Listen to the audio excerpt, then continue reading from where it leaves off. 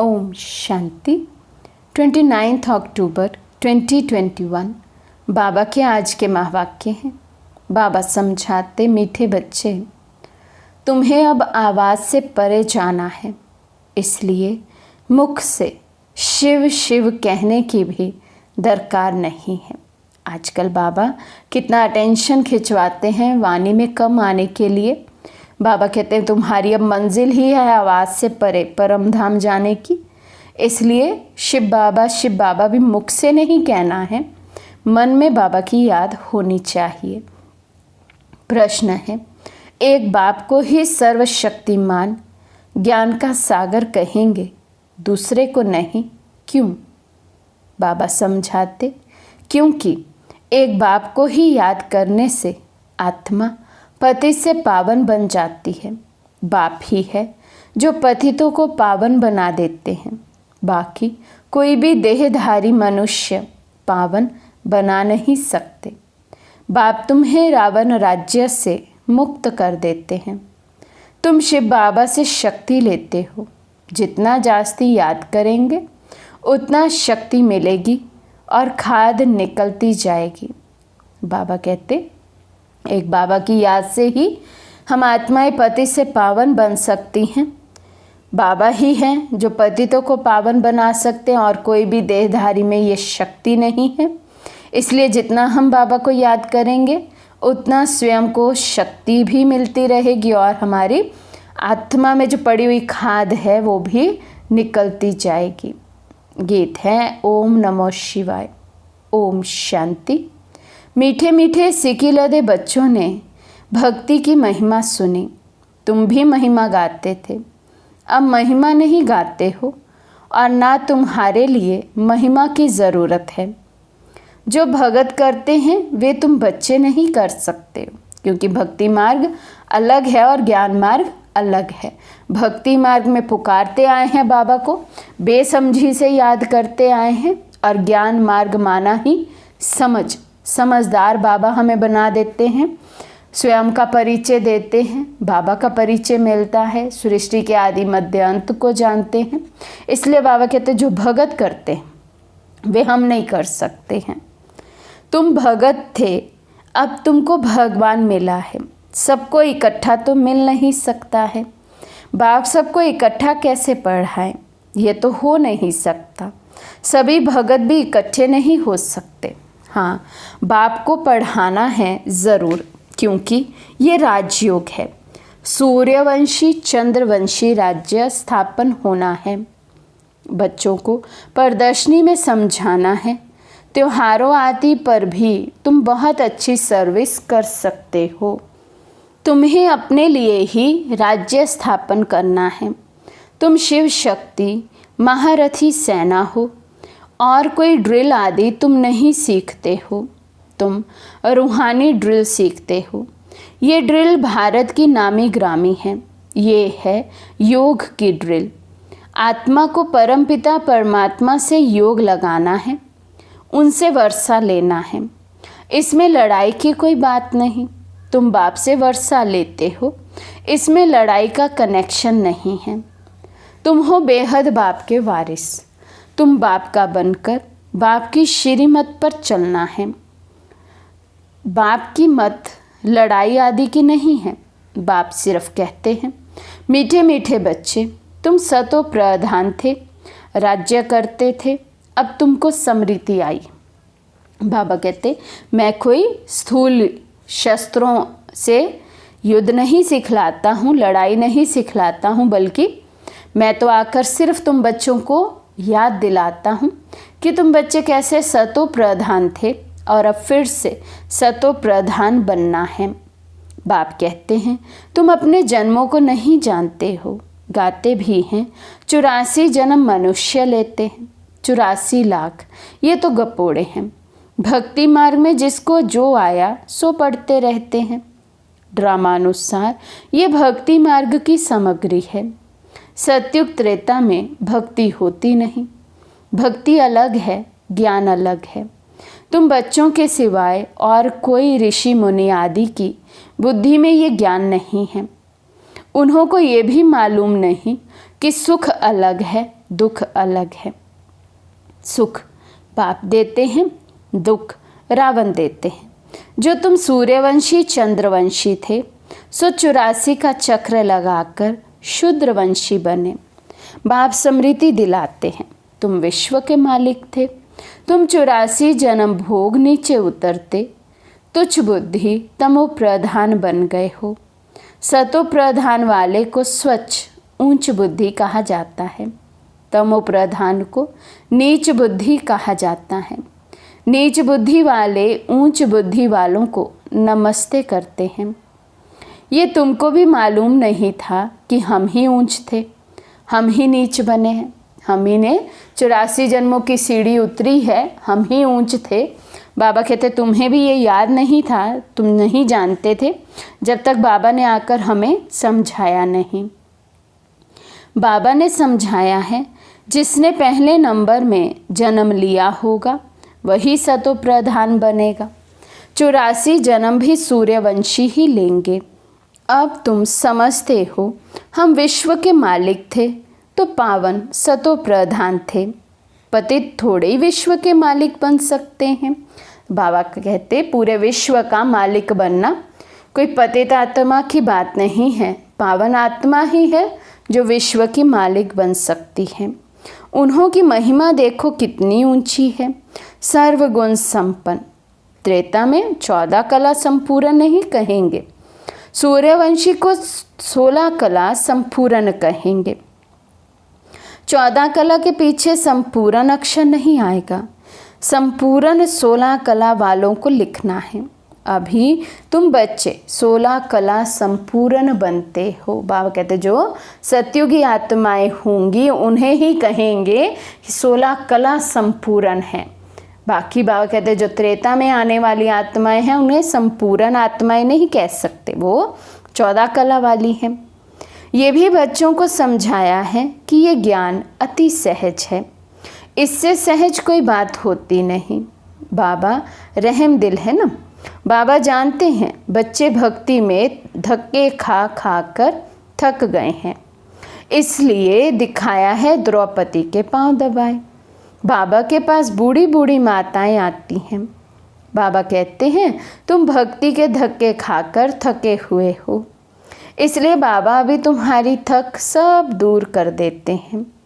भक्ति में राम राम जपते, माला फेरते रहते हैं। बाबा का पादरियों से भी संपर्क रहा है।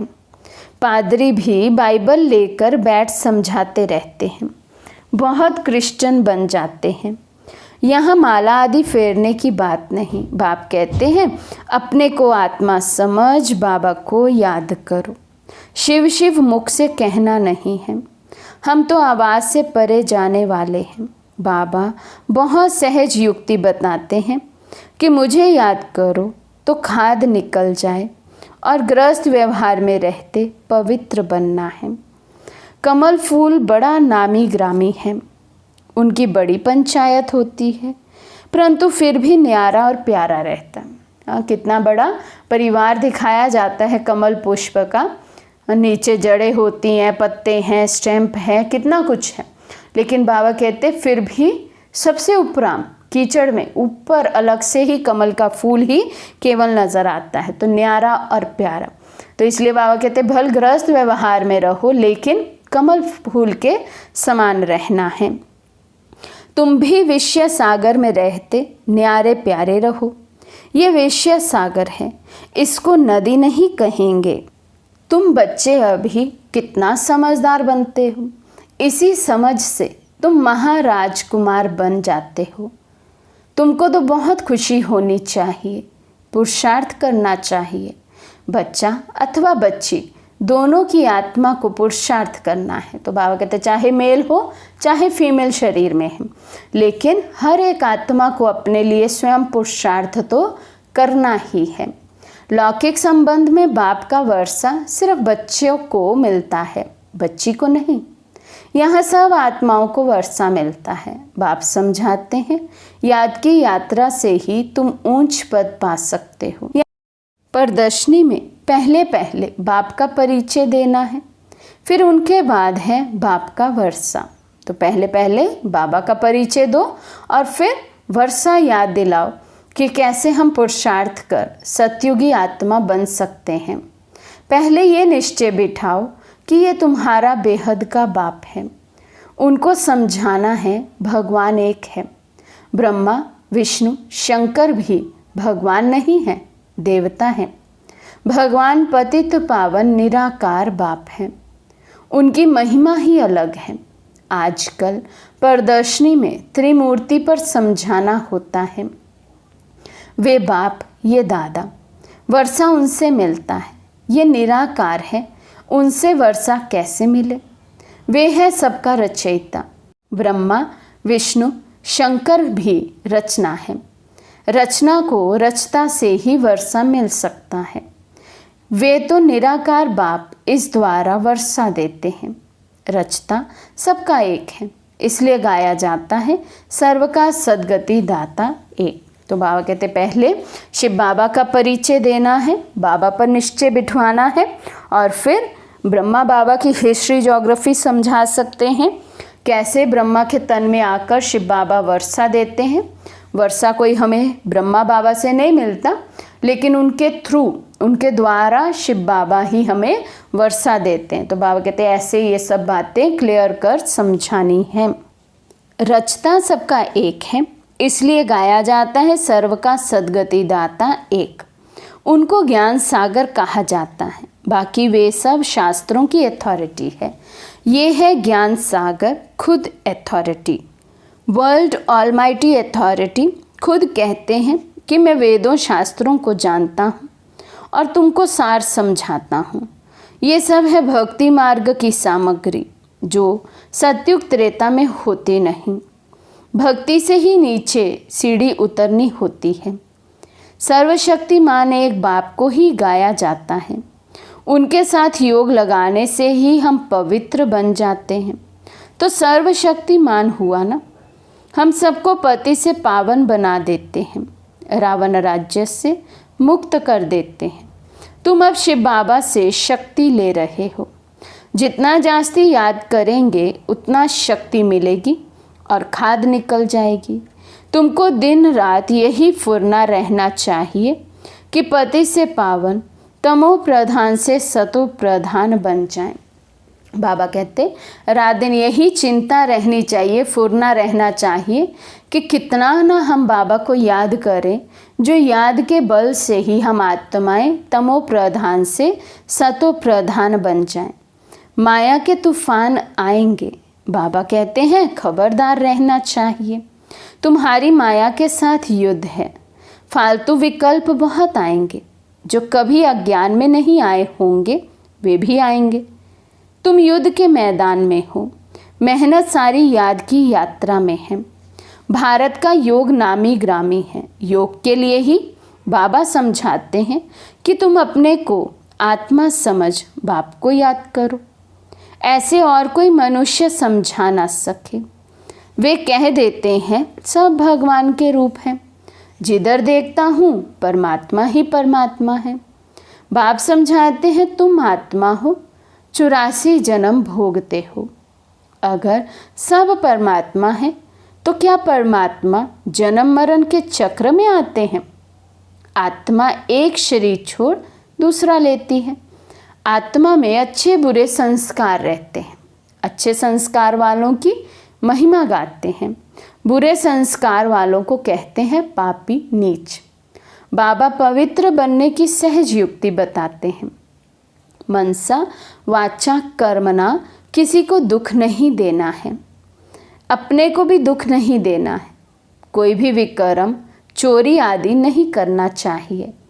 अगर कहाँ झूठ बोलना पड़ता है तो बाबा से राय पूछो।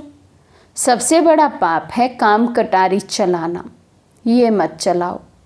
बाप कहते हैं बच्चे हाथों से काम करते, बुद्धि का योग मेरे से लगाओ। बाबा सर्जन भी है। सबकी बीमारी एक जैसी हो ना सके, कर्म भी एक जैसे हो ना सके, तो कदम कदम पर पूछना चाहिए। बाबा कहते हैं हर कर्म करने से पहले बाबा से पूछना चाहिए, राय लेनी चाहिए, चेक करना चाहिए क्या ये कर्म श्रीमत प्रमाण है। मंजिल बड़ी भारी है। अमरनाथ की यात्रा पर जाते हैं तो कहते हैं अमरनाथ की जय, बद्रीनाथ की जय। हे बद्रीनाथ, हमारी रक्षा करना। अब तुमको तीर्थ यात्रा आदि कुछ नहीं करना है। ये ज्ञान की बातें बाप ही समझाते हैं, उनका ही पाठ है। तुम भी बाबा के साथ साथ पाठधारी हो। जितना जो पढ़ेगा उतना ऊंच पद मिलेगा। इसमें कोई की बढ़ाई नहीं, बढ़ाई एक की ही है जो सर्व मनुष्यों को सद्गति देते हैं, सर्व बच्चों को पति से पावन बनाते। बाबा कहते महिमा केवल एक शिव बाबा की है, बढ़ाई केवल एक शिव बाबा की है जो हम सब पतित आत्माओं को पावन बनाते हैं। ड्रामा में मुझे भी पाठ मिला हुआ है, 5 तत्वों को भी अपना अपना पाठ मिला हुआ है, सो बजाना है। धरती को उथलना है, विनाश होना है। तुम्हारा भी ड्रामा में पाठ है, इसमें बढ़ाई क्या है? राज्य करते करते पतित बन गए। तुम भी पहले क्या थे? वर्थ नॉट अ पेनी। बाबा कहते अपनी महिमा करते रहते हैं। क्या महिमा है तुम्हारी? वर्थ नॉट अ पेनी थे तुम। मैंने ही तुम्हें आकर पाउंड बनाया, हीरे तुल्य बनाया, बनाता हूँ, फिर तुम राज्य करते हो, फिर गवा देते हो। तो क्या महिमा करेंगे तुम्हारी भी? कुछ भी नहीं। अब तुम विश्व के मालिक बनते हो, ये तुम्हारा पाठ है। फिर भी हमको ऐसा बनना ही है। इसमें बढ़ाई की व महिमा की कोई बात नहीं, ये ड्रामा बना हुआ है। बाबा भी आकर अपना पाठ बजाते हैं। भगत लोग बढ़ाई देते, महिमा गाते, वे काम हम नहीं कर सकते। बाबा कहते हैं महिमा गाना, 1-2 की बढ़ाई करना, ये भी भक्तों का काम है, हम नहीं कर सकते हैं। हम ये नहीं कह सकते हाँ ये बहुत अच्छा कुछ करते हैं, नहीं। बाबा कहते हैं वो पार्ट है उनका। अगर वो पति से पावन बन रहे हैं, तपस्या कर रहे हैं, पुरुषार्थ कर रहे हैं, तो भी बढ़ाई का काम नहीं है, क्योंकि जो कर रहा है सो अपने लिए कर रहा है। तो बाबा कहते यहाँ तो बाप को याद करना है, केवल महिमा नहीं गाते रहना है, बल्कि बाबा कहते यहाँ तो बाबा को याद करेंगे तो कमाई है। महिमा गाने से क्या होगा? तो बाबा कितना निरअहंकारी है, अपनी महिमा भी स्वीकार नहीं करते हैं। और हम बच्चे सोचते हैं, दिल शिकस्त हो जाते हैं यदि हमारी कोई महिमा ना करे। बाबा कहते बाबा इस ड्रामा का राज तो बड़ा वंडरफुल है जो कोई को पता नहीं। बाबा हम सब युग में ये भी भूल जाएंगे। बड़ा विचित्र ड्रामा है। ऐसे ऐसे अपने से बातें करो। कोई पाठधारी अच्छा पाठ बजाते हैं तो ताली बजाते हैं। हम भी कहते हैं मीठे बाबा का, शिव बाबा का बहुत अच्छा पाठ है। हम भी बाबा के संग अच्छा पाठ बजाते हैं, कितना अच्छी रीति समझाते हैं। फिर भी किन्हों को समझ में नहीं आता तो समझ जाते हैं कि हमारी राजधानी में इन्हों का आना नहीं है। ये भी जानते हैं जो ब्राह्मण बने थे वही ब्राह्मण बन फिर देवता बने। जो कल्प पहले ब्राह्मण बने हैं वही अब बनेंगे और फिर वही देवता बनेंगे। देवताओं में भी प्रजा आदि सब बनेंगे। सबको अनादि पाठ मिला हुआ है। सृष्टि भी एक ही है, वे चलती रहती है। God is one, creation is one. वही चक्र फिरता रहता है। मनुष्य खोज करते हैं, देखें मून में क्या है, उनके ऊपर क्या है। उनके ऊपर है सूक्ष्म वतन, वहाँ क्या देखेंगे? लाइट ही लाइट। बहुत कोशिश करते हैं, साइंस की भी हद है ना, माया की भी बहुत पंप है। साइंस सुख के लिए भी है तो दुख के लिए भी है। बाबा कहते हैं उसकी तो हद है, एक हद तक ही साइंस वाले जा सकते हैं और साइलेंस तो बेहद है। तो साइलेंस वाले तो परम धाम तक जाकर आते हैं जहाँ कोई जा नहीं सकता, किसी को पता भी नहीं है। बाबा कहते वहाँ एरोप्लेन कभी गिरेंगे नहीं, दुख की बात नहीं। यहाँ तो दुख ही दुख है। चोर लूट जाते, आग जला देती, वहाँ मकान बहुत बड़े होते। सारे आबू जितनी ज़मीन एक एक राजा की होगी। तुम आए हो स्वर्गवासी बनने, बाबा को याद करो तो खाद निकले। तुम सब आशिक हो, अब माशूक तुमको कहते हैं मामेकम याद करो तो अमरपुरी के मालिक बन जाएंगे। वहाँ अकाले मृत्यु होती नहीं, सतयुग में है श्रेष्ठाचारी दुनिया, ये है भ्रष्टाचारी दुनिया। कितने बीके बाप से वर्षा ले रहे हैं, तुम भी वर्षा ले लो। अगर श्रीमत पर नहीं चलेंगे तो ऊंच पद नहीं पा सकेंगे। हर 5000 वर्ष के बाद बाबा स्वर्ग बनाने आते हैं। कलयुग में ढेर मनुष्य, सतयुग में थोड़े, तो विनाश ज़रूर होगा। इसलिए महाभारत लड़ाई सामने खड़ी है। अच्छा, मीठे मीठे सिखी लदे बच्चों प्रति माता पिता बाप दादा का याद प्यार और गुड मॉर्निंग। रूहानी बाप की रूहानी बच्चों को नमस्ते।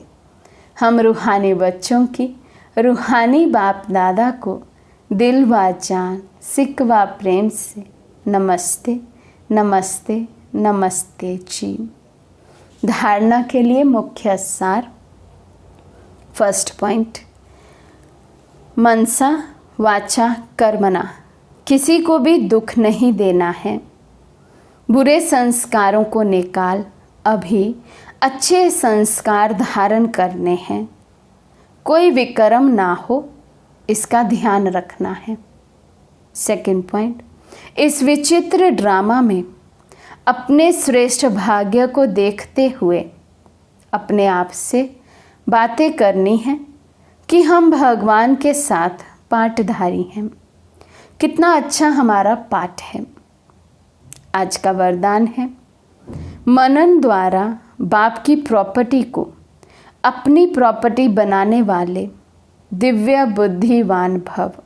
मनन द्वारा बाप की प्रॉपर्टी को अपनी प्रॉपर्टी बनाने वाले दिव्य बुद्धिवान भव। बाप द्वारा जो भी खजाना मिलता है उसे मनन करो तो अंदर समाता जाएगा। प्रॉपर्टी तो सबको एक जैसी मिली हुई है, लेकिन जो मनन करके उसे अपना बनाते हैं उन्हें उसका नशा और खुशी रहती है। इसलिए कहा जाता है, अपने घोड़ तो नशा चढ़े। जो मनन की मस्ती में सदा मस्त रहते हैं उन्हें दुनिया की कोई भी चीज़ उलझन आकर्षित नहीं कर सकती। उन्हें दिव्य बुद्धि का वरदान स्वतः मिल जाता है। स्लोगन, मन की उलझन को समाप्त करने के लिए निर्णय शक्ति को बढ़ाओ। मन की उलझन को समाप्त करने के लिए निर्णय शक्ति को बढ़ाओ। अच्छा, ओम शांति।